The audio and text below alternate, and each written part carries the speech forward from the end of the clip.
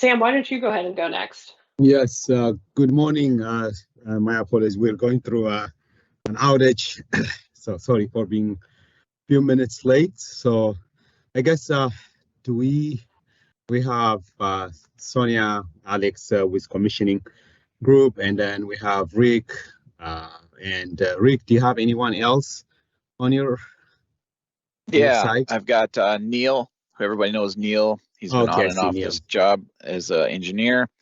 And I've also got Chris Torgerson. He is engineering manager, supervisor. And I forgot Arthur, we have John Kenya as well from the district, and Gavin. Anyone from Blue and Green? Yeah, I'm Gavin. I'm the project manager at Blue and Green. I also have Dylan Pearson on the call. He's the project engineer from Blue and Green side. How about Charles? Who do you have? I see Philip.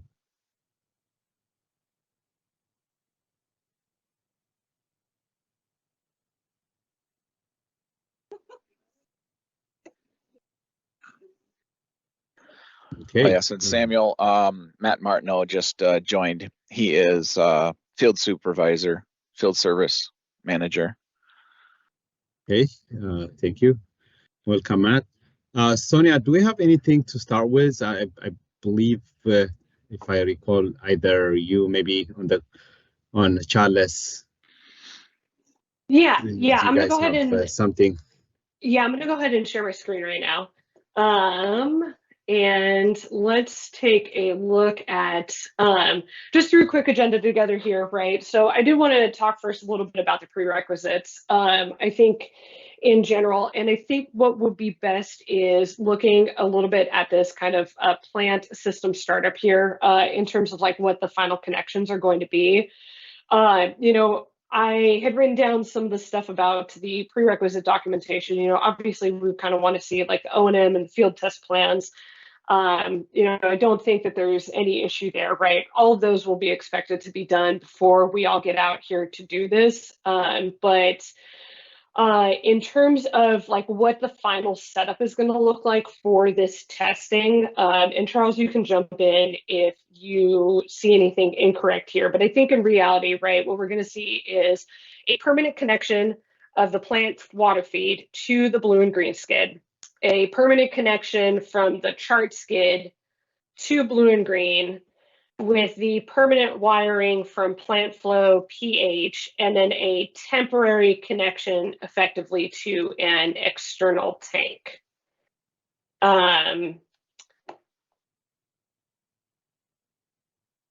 So Charles, I didn't know if you had any feedback for that, but I think that's the reality of what we're looking at right now for the final like test setup. And this would be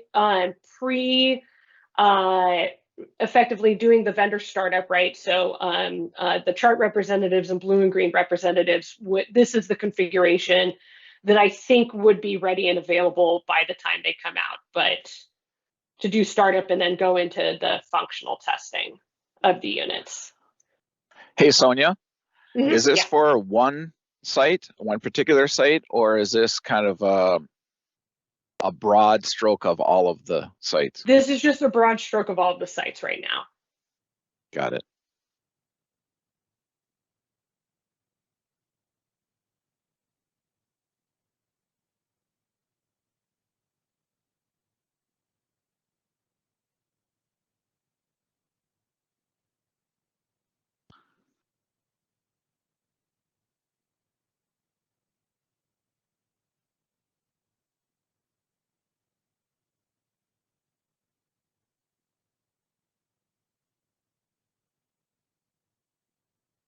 Okay.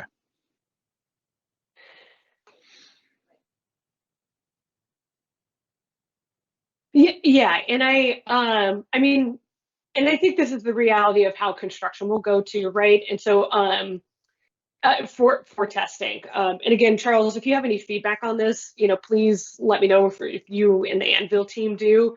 But basically, this is what I think is the reality of the configuration by the time we get to blue and green and chart coming out to doing their vendor startup checks and then leading into things like functional and performance testing. Does anyone have any arguments over this or concerns? Okay. I don't. Say, I guess Neil? I did have Yeah. one question, and I'm not sure if Arthur had brought this up before, but if we've got some sort of permanent connection between the chart equipment and the blue and green equipment, if this is all like the underground, piping or whatever, I don't know if there is expected to be like flow measurements from our equipment through the piping of our outlet, because if it's permanent, I don't know that we're going to be able to break into that permanent piping to be able to measure a flow or anything. And maybe that's I'm not intimate with like the actual test procedure for the site things. If like checking the flow here is adequate, great, but it sounds like it might be difficult to like test the flow if that's required between the chart and the blue and green equipment from our skid. Yeah, no, that's a great question. And I think in reality, and the answer that we want to use, right? We obviously don't want to break any permanent connections, right? Nor does that make sense in terms of like a test flow. So what I think the East Bay Mud team was thinking was that we use the flow meters that are on the blue and green skids. If that makes the most sense, right? And that kind of leads into doing this startup, right? Like the reality of it is that we will probably be running these units at about the same time because of that. But that's my thought, to be able to take the measurements basically for both, is that we're going to be using the flow meters on blue and green, the mass flow meters, right? So for the CO2 in. And again, Gavin, correct me if I'm wrong on that, but we should be able to take those measurements at the blue and green skid. Yep. Yeah. So I think that works out well, right? It's kind of like I kill two birds with one stone. I also have a question on the plant flow and pH measurements. Are those contacts hardwired, or are they going through the communication network? And if they're going via the communication network, then we need to make sure that we have that tested out prior to the functional testing, right? So we get the signals. Or Yeah, so I think it's going to be done by loop splitter. So it will be going to DCS, and then the signal is split and hardwired and landed into, or by an actual physical wire and landed into the blue and green skid panel. So there's both effectively right now. But either way, right, the communication path for this, right, under 48EOO would be a prerequisite in terms of communication, but we will need to simulate those. And so there's two options for doing that, right? So simulated flow could look like someone actually putting, like with a fluke and putting different amperage on this line, right? We could also use a heart communicator to simulate that signal. Or I think blue and green, Gavin and Dylan, we did it using the test program, correct? Or the test mode on the units. That's how we differed the pH and flow at the blue and green PLC. Yeah, we can put pH and plant flow in test mode, simulate whatever. Right, because ultimately you're not going to be able to do your final loop tuning until this is connected to the water treatment plant, correct? Right. Yeah, so in order to do those, basically do the different modes for specifically the blue and green functional testing requirements, we'll need to simulate or effectively have the blue and green PLC panel in test mode for those different pH and plant flows. And then again, kind of like on the prerequisites category here, in terms of testing, right? Like all the electrical testing will need to be done. There's obviously some miscellaneous valves that are in between, these connections, or, as part of these connections here. So in terms of things like pressure testing and valve leak testing, electrical testing, like all of that needs to be done before these units, can be started and can get up and running. So I hope that's kind of clear as well too. So we're kind of assuming that, all of the kit and caboodle and all of the smaller stuff is done before we get into testing of the, the two major pieces of equipment, right?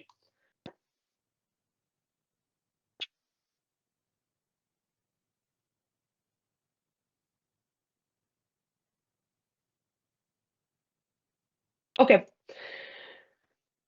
Cool. So in terms of vendor startup checks, and this is kind of a question for Blue and Green and for Chart as well too.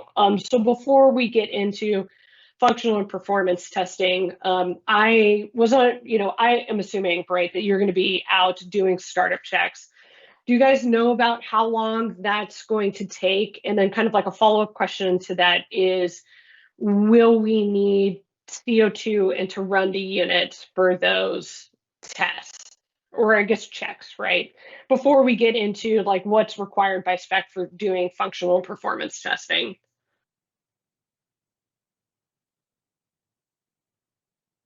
So Matt Martineau from the Chart DNS side. For the supply on the tank, the HSI unit, it would be best to have some CO2 in the tank so that we could, do a quick functional check on site. It will have been all checked out here at our facility prior to going, but obviously when something's been shipped and gets hooked up in the field, you want to do a system checkout. So. Okay, cool. And I mean, we'll need CO2, right, for the functional performance testing anyways. So in terms of kind of like a time frame, maybe this is a good time then to jump into the durations. So I put together a quick table here with kind of estimating the discharge that we're going to see.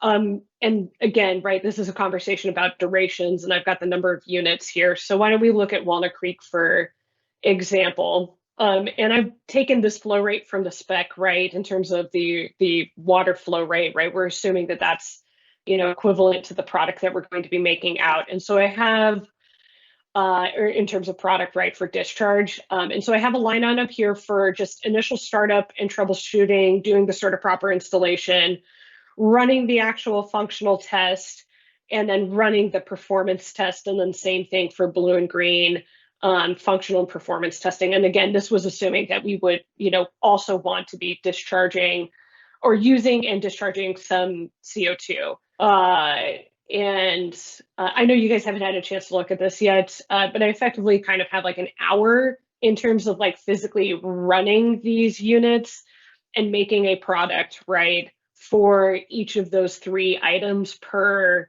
vendor. I understand that maybe like in terms of startup and doing functional testing, like things might go wrong and we may be actually doing checks for an entire day. I'm just kind of making an estimate on how long we're physically going to be running the units to making product, right? And so for Blue and Green and Chart, do we think these are reasonable amounts of duration? It sounds like maybe for the startup, not so much, Matt, for the Chart tanks. I would agree. That shouldn't, I mean, everything's going to be functioning before it leaves, barring anything that happened during shipment that would have, broken something that, that should be fine for us. Oh, so like an hour would be okay or less? An hour. I'd just say an hour. Okay. I think duration-wise, we're probably fine with an hour. As far as discharging water into the discharge tank, we probably don't need to do that necessarily for the for the CO2 supply system. That's really just for the dissolution system. So if we can just send some CO2 to atmosphere downstream of the flow meter, that's really all we need to do to function test and performance test the CO2 supply side of the system. Okay. But I think in reality, right, we're not going to be able to do that because this connection is going to be completed and it's going to have to go through the Blue and Green equipment. And at least that's what I'm I'm seeing right now, right? In terms of like the timing of this functional performance testing, because I think what you're effectively saying, right, is and we'll need the flow meter, right, on this unit. So you're saying if we could just vent to atmosphere here, and I don't know if that's necessarily possible if we have to go through blue and green. Like if we can just Right. Gavin, do you know if Right. there's a way to send CO2 gas through the diffuser nozzle and then to atmosphere without having to have water flow? No, it's gonna go through tank, or maybe we need to cut up the supply to the tank for the water line. Just have the gas flow and keep the tank empty. Right. We can fake everything out and not run water at all. Yeah, maybe close the water inlet line, drain it before, and then let the gas pass.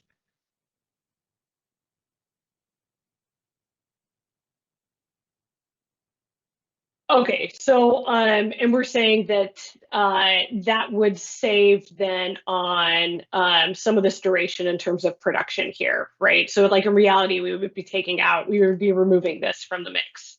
Right. I think duration wise, we still want to flow for that amount of time and Right. you know, congregate that amount of time. We'll probably do a few tests for 10 minutes, 15 minutes at a time, but an hour worth of CO2 flow, but we don't have to have any gallons discharged to the temporary tank.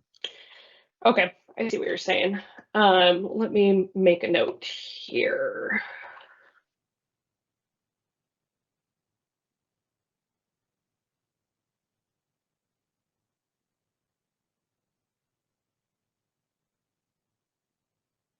I apologize. Everybody got silent, so I wasn't sure if there was a question for me. I was answering somebody else passing by my desk. Oh, nope. We're good. Okay, So, perfect. Okay, so we would just need the CO2 tank charged at least a little bit at the time of chart testing. And then we would effectively fake the blue and green equipment out to vent to atmosphere prior to running both in parallel to then produce, product coming out that would need to be captured in a Baker tank, right? It's kind of correct. what it sounds like. Okay. Yep. Okay. I think that helps too on how much effectively we're producing, and we'll have to capture for disposal as well too. Okay, so to blue and green. In terms of the timing here, then does this look about right, or are you thinking a little bit more or less? I have an hour for each per unit of running the tanks at this point.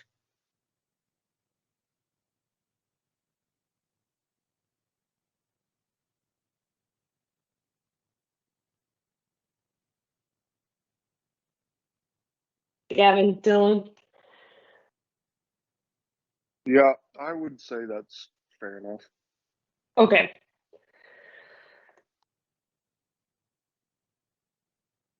Okay, got it. Okay, so in terms of coordination,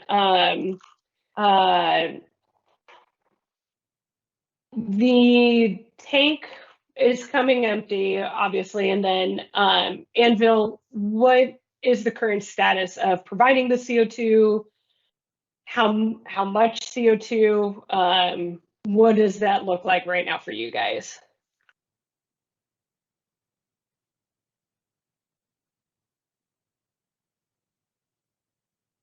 Okay.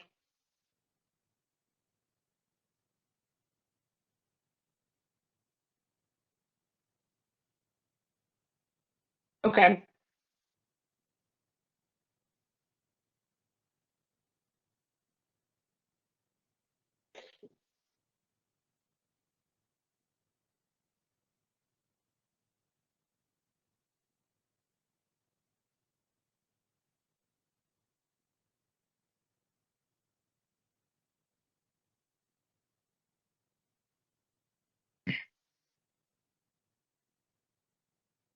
Yeah.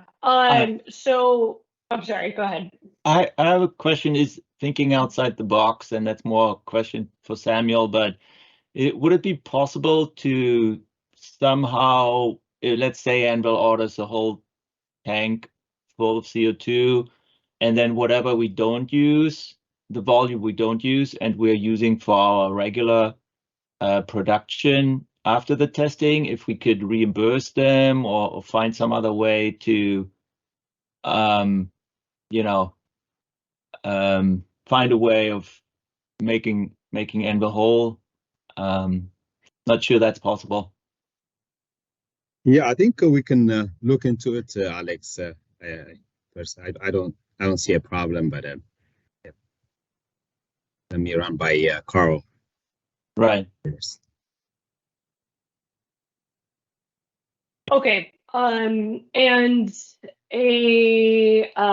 think we talked about the minimum level, and we just said that we wanted at least some charge during, or at least a little bit in the tank prior to startup.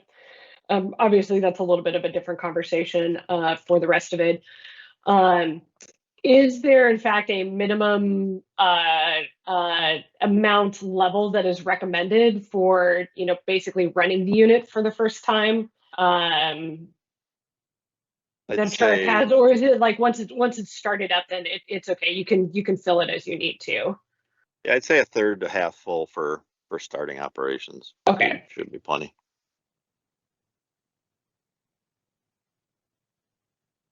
And then I guess kind of a follow-up question on that too, and this is also for blue and green, is there a minimum runtime that we're going to be, I know we talked about the startup checks and everything and doing functional and performance testing, but kind of as we're leading into, later on, in terms of our project contract terms, right? In terms of operational startup testing, is there a minimum amount of time that we need to run these units, like the first time we're kicking them on? For the supply side, no. I'll defer to my big counterparts to answer on their equipment. Yeah, there's not a minimum amount. They should be ready to go. Everything's been tested. So. Okay, cool. I was going to say we ran those units quite a bit at the factory, Dylan. Okay, in terms of disposal, then I think is the one that we missed up here. So we're kind of, an educated guess right at this point is this 46,000 gallons. I still think that's a pretty decent sized tank. So Anvil, have you done any research or reach out right now into like what are the sizes that are available to you? Because obviously that might impact how we approach this testing as well too.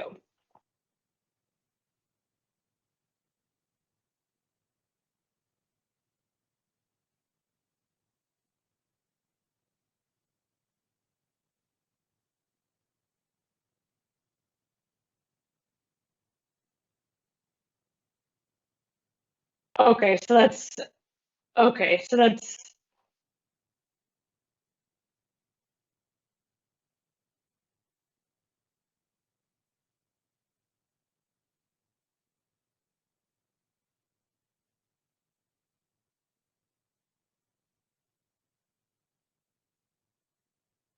with the UV project 2139.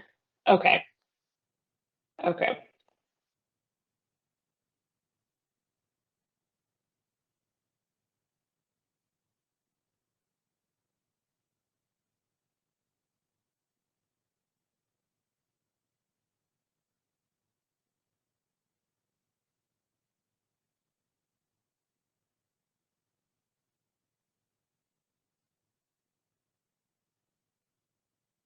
Okay.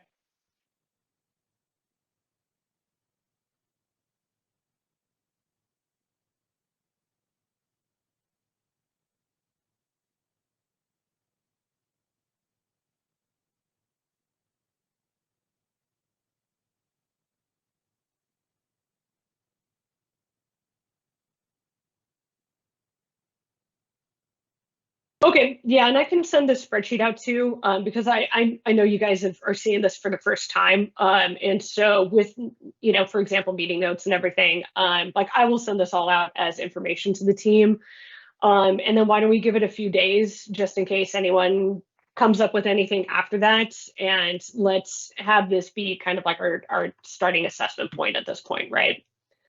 Sonia, I also have a suggestion, maybe to Big, if they could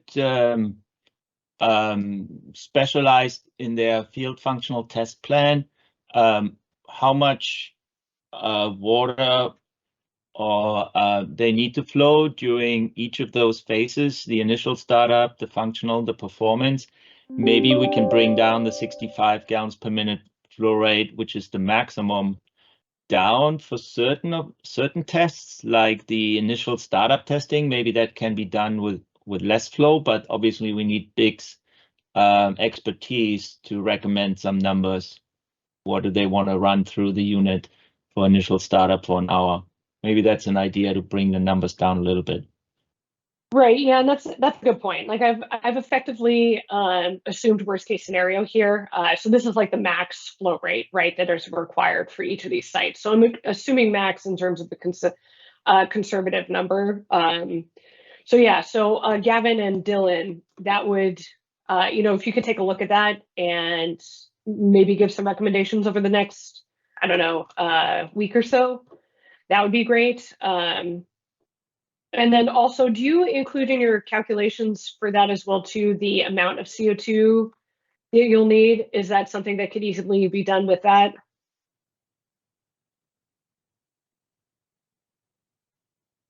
Yeah, I think we can do that. Okay, cool.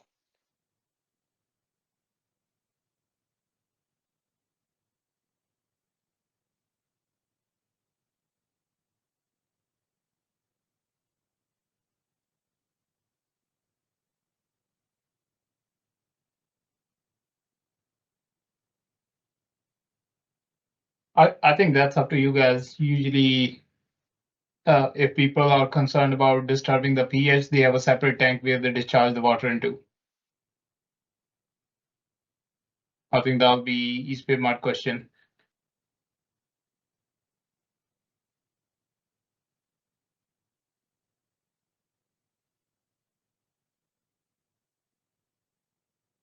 Oh, at our We factory? discharge to the sewer.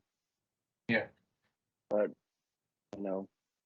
Arkansas versus California laws are probably different. Yeah, so I think the direction that we've been given by the plants right now is to, assume that we will not be able to discharge to the sewer. But I think as we hone in a little bit more on these numbers, that's a conversation that East Bay Mud will have in parallel with ourselves about whether or not we can discharge to sewer or not. So Sam and I can help lead that conversation with the water treatment plant operators now that we've kind of, come to maybe a little bit better of an educated guess of how how much we're actually going to be producing. So I would proceed as now, right, like what the contract states and trying to, figure out how big of a tank that we need and get the ball rolling on that. And then Sam and I can let you know what develops with our conversations with the water treatment plants. Yeah. Okay, cool. I think we went through this in terms of the length of tests, the discharge, simulating the pH, and the plant flow. In terms of functional testing and performance testing requirements, are there any questions on the specific requirements for each of those tests?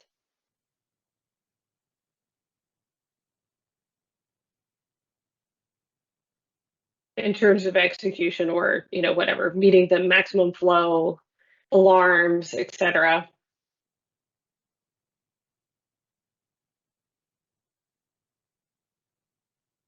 Okay, great. Sorry, on the CO2 supply side, as far as length of test, it's more or less a passive system at that point. So the function testing is going to be more important than the performance testing as far as the CO2 supply. Once we get into performance testing, it's kind of just along for the ride. As long as it can supply the maximum amount of CO2 that's called for, then it scales up and down as needed. But as far as the duration of the test, not critical. Okay. Yeah. And I think that's how we see it as well too, right? Like we're just trying to get an idea of how much this is going on. So I know per spec, it also says that the chart performance testing and the blue and green performance testing is supposed to happen in parallel. Now I know we've just had a discussion right about venting to atmosphere specifically for the CO2 for both the functional and performance testing. Blue and green. So Dylan and Gavin, from your perspective, do these tests need to happen at the same time with both a chart representative and a blue and green representative there? I mean, I know there's nothing communicating between PLCs that could hang us up, but in terms of like actually, starting up each of the units and making sure that everything is kind of copacetic as we're doing the performance tests for both, is there a necessity to have both vendors and the performance test continue per spec right at the exact same time?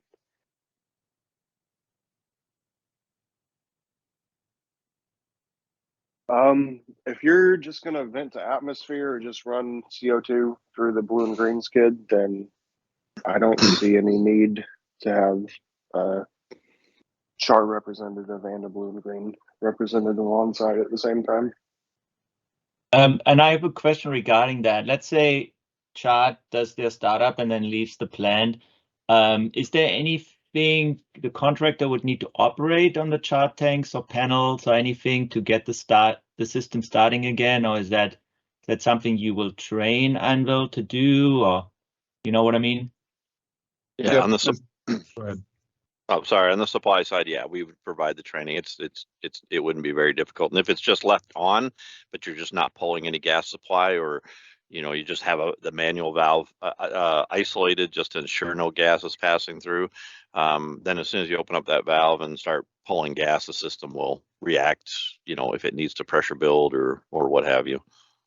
Okay, yeah, great. Yeah, we'd provide some training. It's pretty simple system. Okay, thanks, Matt. Right. Yeah. So in that case, right? So it's effectively chart functional performance testing, and then blue and green functional performance testing separate, right? So in order to complete the blue and green performance testing, then Anvil would be responsible for turning on the units, right, to have us complete the performance testing for blue and green. Does that make sense, right? So if both vendors are not on site at the same time, right, and we're trying to do the blue and green equipment and they're going through and doing their startup and checkups, then a trained Anvil individual would need to make sure that the unit was on and that this was supplying for performance testing. Yep, that's how I would see it. The chart test has to happen first, and then once chart personnel is done with the function test and performance test of the CO2 feed system, I guess it doesn't matter who does it, either Anvil or blue and green. When they start that side of it, would just make sure that the chart unit is in the correct mode and that the valve is open, and then they take it from there. Okay.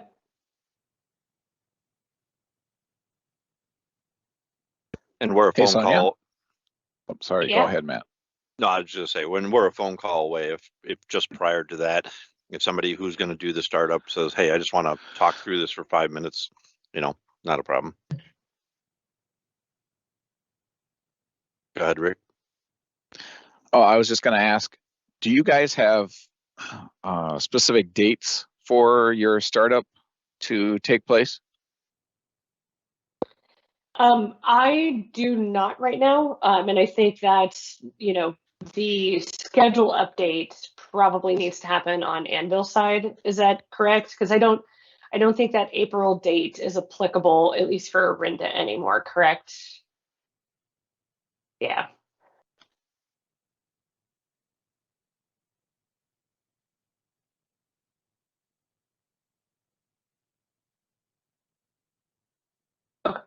And there would be Monday to Friday, no weekend testing. Correct, Sonia? For the field testing, yeah. Okay. And did I hear that right? February 24th, roughly that weekend or a week? Oh, sorry. Yes. Okay, that's fair. And you said Orinda. And are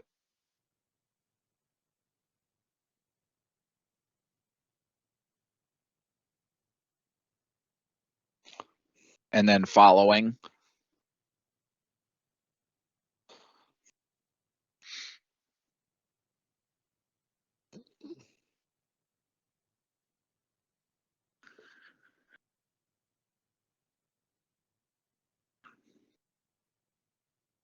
Got it. All right, thank you. Hey, Sonia, I have a quick question on that ISA certification. I know we exchanged a couple of emails about that technician being ISA certified. Yeah. And I think you put that clause in that email that, in case something have to be swapped in the field, then only the ISA certified person is needed. I know everything is tested at this point, so essentially we don't need it. But just in case if we need somebody, does Anvil has somebody ISA certified that can act as supervisor and our person can work in his guidance? Or does East Bay Mart have somebody? Yeah, so just a quick background, Charles, because I think this question was in the Bobby era too. So Blue and Green did not yet, or was having someone going through the ISSA certification process. So that's a requirement specifically for process control and instrumentation stuff. And there effectively won't be, by the time we get out to functional testing for both chart and Blue and Green, right? All of the instrumentation is tested on the units in the factory already. But basically, if like something needed to be replaced in the field, we would want to go through instrumentation calibration and verification and doing loop checks and things like that. And so I think Blue and Green's initial question, was if Anvil could provide someone at least out on site just to supervise. That was originally what East Bay Mud's response was. Like someone who was already certified could oversee the work that was going on. So like if Blue and Green needed to come in and replace an instrument and needed to do loop checks, and most likely it would probably be Conjay or Tesco that would provide that individual, would be my guess from your side.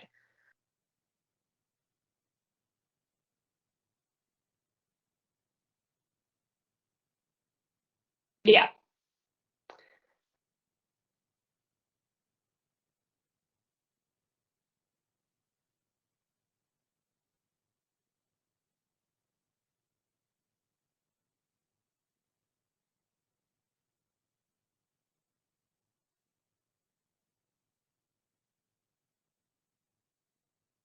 Yeah, so they would be doing the repair, but per our specs, right, in terms of testing and like a qualified individual working on the repair, we have requirements for ISSA certification for that. And Blue and Green, I think, does not or is having someone go through that certification process. And so we said it was just acceptable for them to do the work with someone who was ISSA certified overseeing it. Does that make sense? So it would effectively just be, yes, they would do the work. Yeah. Yes. Yeah, I think in simple words, basically, we just need a supervisor who's ISA certified, and we're gonna do work ourselves if needed. But just that person standing by our side will fulfill the requirements in the specifications.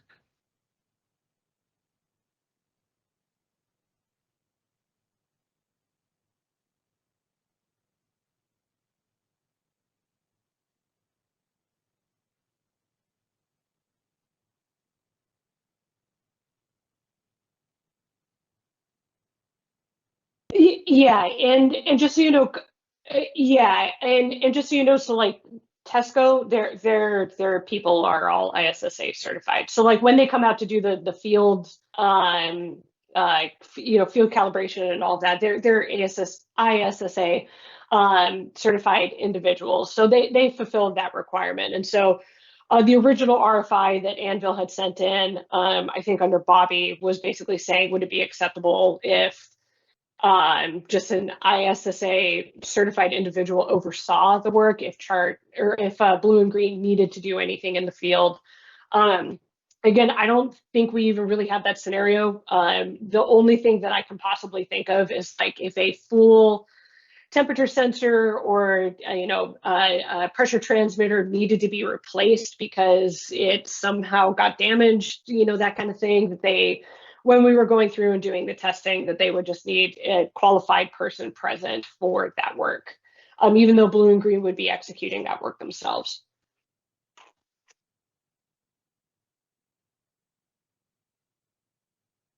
Got it. And if you need the RFI too, I had to look the RFI number up the other day, so I can get you that in Kahua. Okay.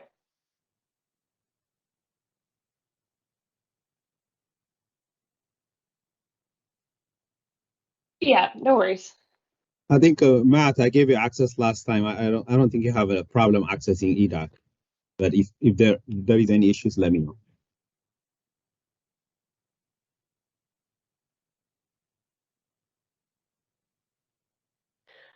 Okay, cool. I think that was all I had. So any burning questions, comments, concerns?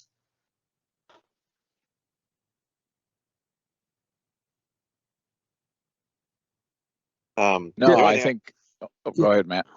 The only thing I had is they gave a date, and I understand it's a moving target, but February for 2024 for Orinda, and that's great. That's all we need is just kind of an idea to shoot for. And then for the other projects, is there a similar type of soft target? Oh, you mean for the other sites? Yeah, correct.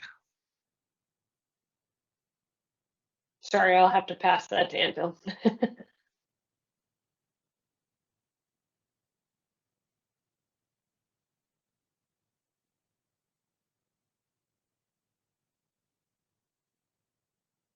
Okay.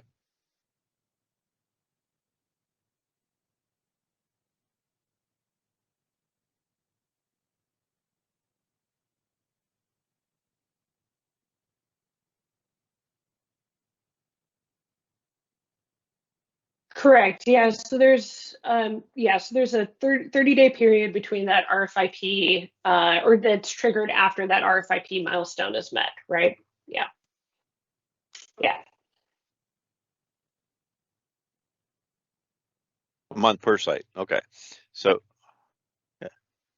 yeah, absolutely. Yep.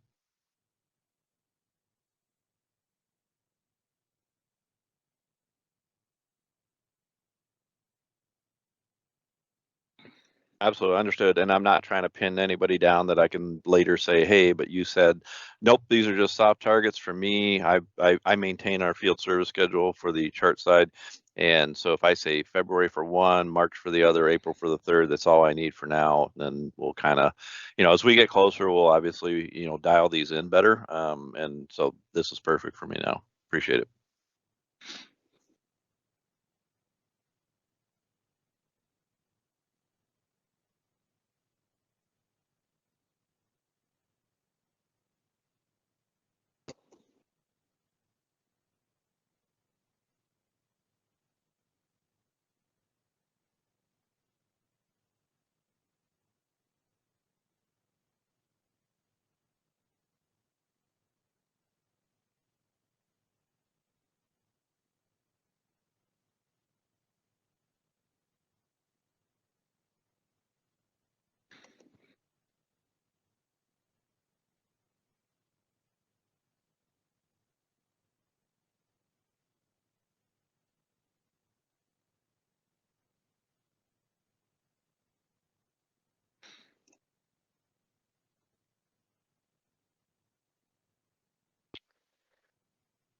Right. And so I think what Charles is saying is and just for, I guess, some background stuff, right? There is effectively a milestones for each of these work sites, right? Which are kind of separated by a bunch of other stuff that we need to do in between, including things like the 30-day time period, which is it's defined as control system functional testing in our contracts. And that's effectively when we come in and make sure that everything that's tied into our plant's operating system is working correctly and can do all of our programming checks on our end with where these PLC systems report up to.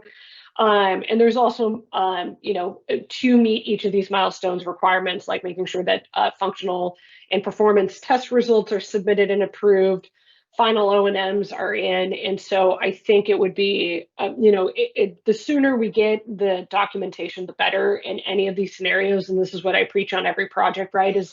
Is documentation is, always what seems to be kind of lingering. So the quicker we can get things like field test results in once we do all of this testing and cert to proper installation, the better in terms of moving each of these sites forward.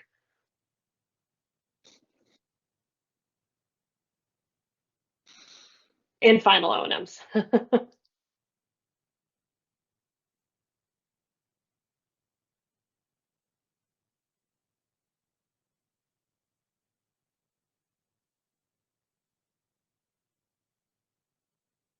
Perfect. Thanks.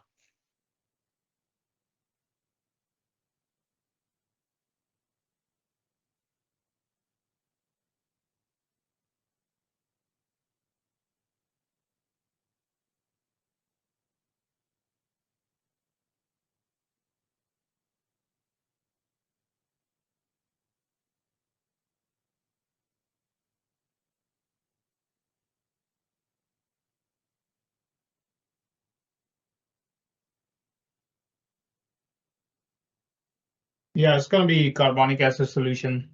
And if you discharge in a regular stream, it's gonna lower down the pH there.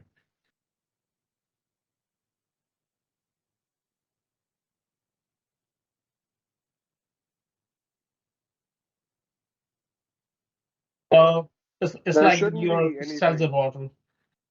There shouldn't be anything toxic in it. It's basically just going to be seltzer water.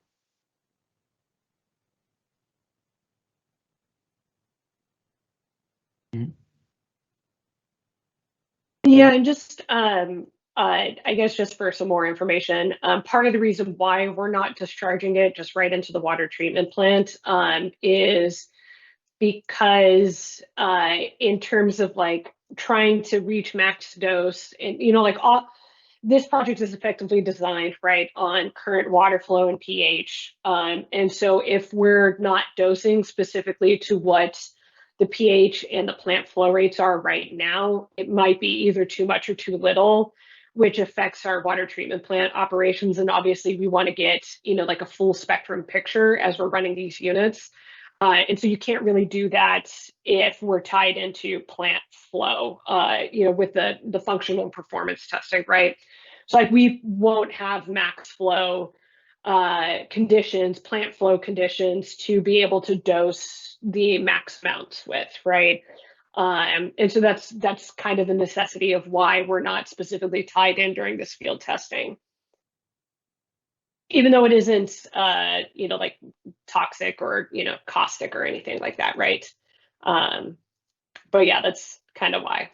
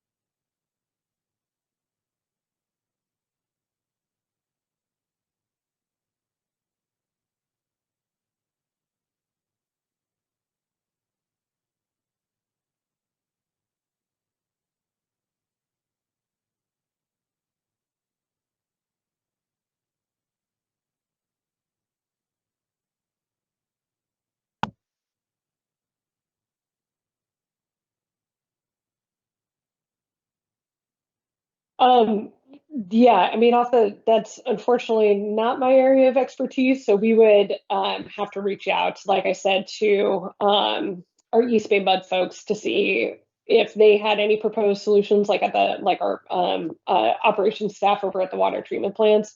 I don't really know if any, counterbalance to the, I don't know if there's pH balance tabs that we could use similar to dechlor tabs, right? I don't know if that's something that exists on the market, but we can certainly ask, right? And I think that's part of the conversation too with our treatment plant operations team about like just the volume wise, if that can be accepted in the sewer as well too.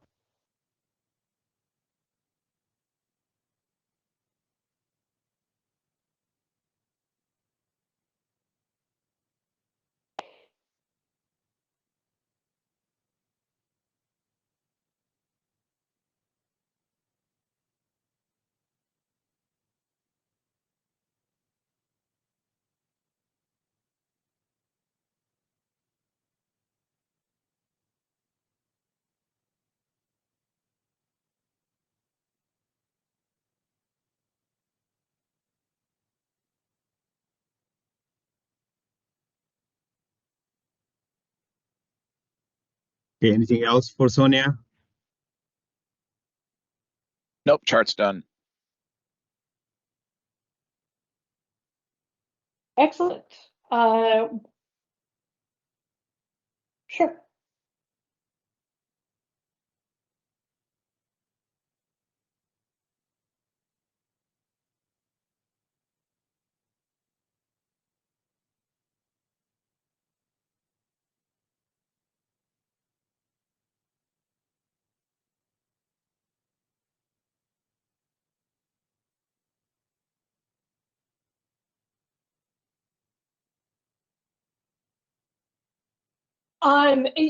Yeah, but I mean, we still ultimately need to test by unit, right? So, I mean, we're not going to be running units at the same time, if that makes sense. So even though, and yeah, so like we'll want to prove everything out effectively, right? But I don't think that means that you're going to be starting up at the exact same time, realistically, like at this stage in the field testing, right? Like we would just be doing one unit at a time. Yeah.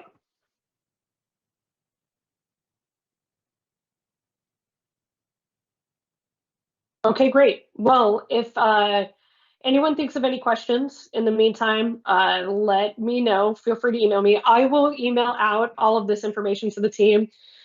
Charles and Matt, I'll get you that RFI number. And then I think the one action item right now, other than the, having parallel conversations about discharge and what's realistic volume, and also from, I guess, maybe an environmental perspective wise, from East Bay Mud, is that Blue and Green needs to take a look at the kind of values that we've calculated and maybe potentially fine tune over the next.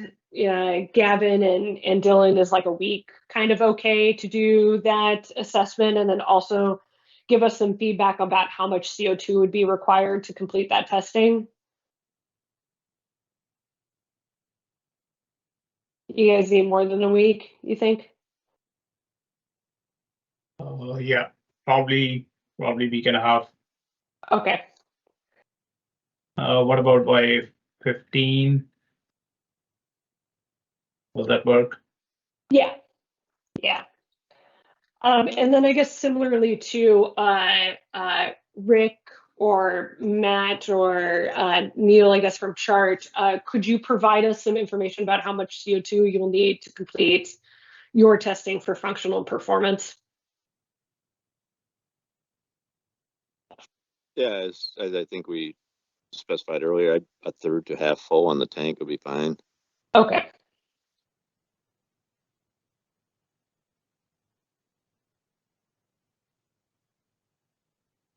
Anything else? Anyone?